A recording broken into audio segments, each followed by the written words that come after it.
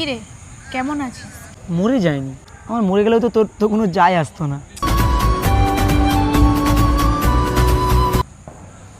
ছাড় না এসব কথা, তোকে তো বলেছি আমার ভুল হয়ে গেছে, এবারের মতো ক্ষমা করে দে। তুই ভাব আমি কতটা নির্লজ্জ। 1 বছর তোকে নির্লজ্জের মতো আমি ফোন করার চেষ্টা করেছি, যত নাম্বার দিয়ে ফোন করেছি তত নাম্বার দিয়ে তুই ব্লক করে দিয়েছি। এমনকি তোর বন্ধু বান্ধবীর মাধ্যমে কথা বলার চেষ্টা করেছি, কিন্তু তুই তাদেরও বলেছিস যে যদি ওর ব্যাপারে বলিস তাহলে কিন্তু তাদের সঙ্গে কথাটা বন্ধ করে দিবি। পাগলের মতো 1টা বছর তোকে আমি একটা কথা বলার চেষ্টা করেছি, আর তুই দেখ, তুই একবার কল করতে আমি কুত্তার মতো দৌড়তে তোর পিছনে চলে আসছি। আর জানিস তো, শুধু আমি নয়, আমার মতো কত ছেলে আছে যা নির্লজ্জের মতোই একবার কলে না আবার দৌড়ে চলে আসে।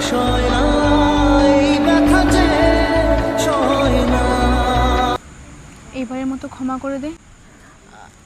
আর হ্যাঁ, তোর সেই ফ্রেন্ড কোথায়? Sorry best friend. হ্যাঁ না ভুল বললাম, তোর লাইফ পার্টনার।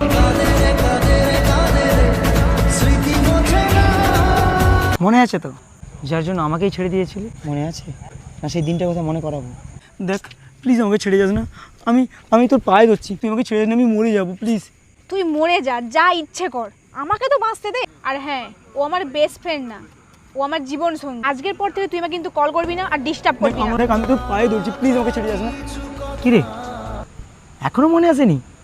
পুরোটা মনে করাবো নাকি?